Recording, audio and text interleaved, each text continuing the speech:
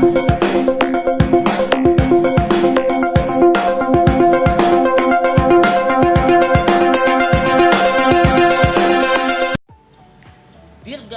Indonesiaku, perjuangan para pahlawan akan dilanjutkan oleh anak-anak bangsa.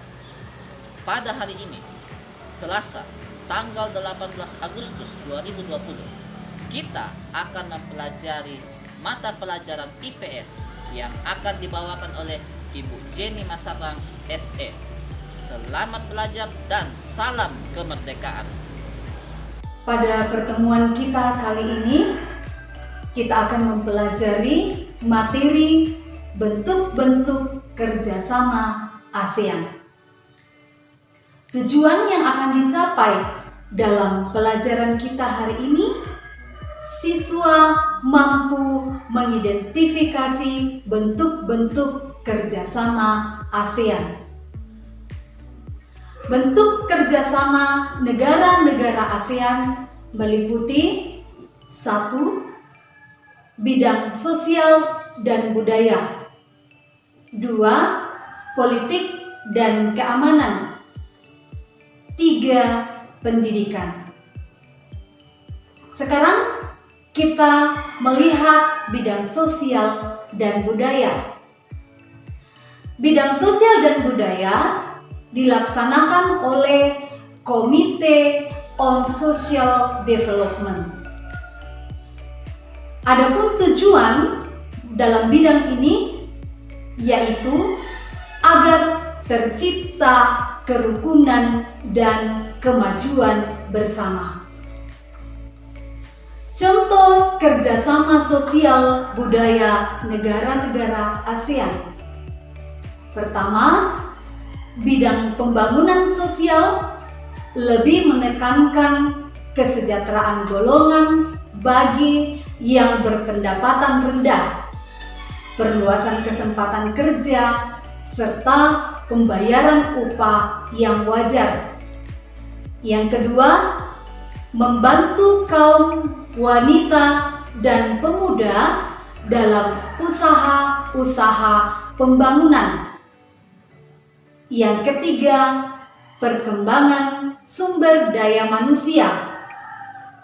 Contoh berikut, program peningkatan kesehatan lebih menekankan pada makanan dan obat-obatan. Yang berikut, pertukaran budaya dan seni pada Festival Film ASEAN. Dan contoh berikutnya, penandatanganan kesepakatan bersama di bidang pariwisata ASEAN.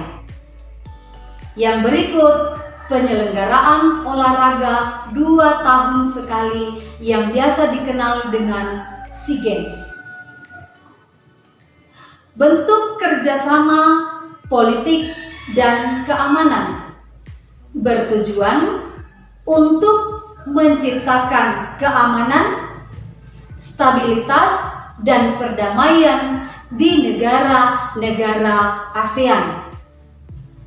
Kerjasama di bidang politik menciptakan ASEAN Regional Forum yang membahas kasus-kasus terkini yang menjadi perhatian ASEAN. Adapun contoh kerjasama politik dan keamanan ASEAN. Yang pertama, Traktat Bantuan Hukum Timbal Balik di bidang pidana. Yang kedua, Konvensi ASEAN tentang pemberantasan terorisme. Contoh yang ketiga, pertemuan para menteri pertahanan yang bertujuan mempromosikan perdamaian dan stabilitas kawasan melalui dialog serta kerjasama di bidang pertahanan dan keamanan. Contoh berikutnya yaitu penyelesaian sengketa Laut Cina Selatan. Berikut kerjasama pemberantasan kejahatan lintas negara yang mencakup pemberantasan terorisme, perdagangan obat-obat terlarang, pencucian uang, penyelundupan, dan perdagangan senjata ringan dan manusia, bajak laut, kejahatan internet, dan kejahatan ekonomi internasional. Contoh berikutnya, kerjasama di bidang hukum, bidang migrasi, kekonsuleran, serta kelembagaan antar parlemen. Berikut bidang kerjasama pendidikan. Negara-negara ASEAN terus melakukan kerjasama di bidang pendidikan, baik secara bilateral dan multilateral. Tujuan diadakannya kerjasama di bidang pendidikan adalah untuk meningkatkan kualitas pendidikan di Asia Tenggara dan meningkatkan daya saing internasional. Contoh kerjasama di bidang pendidikan antara lain ASEAN Council of Teacher Conventions yang diadakan di Sanur, Denpasar pada tanggal 8 Desember 2012 dengan tema ASEAN Community.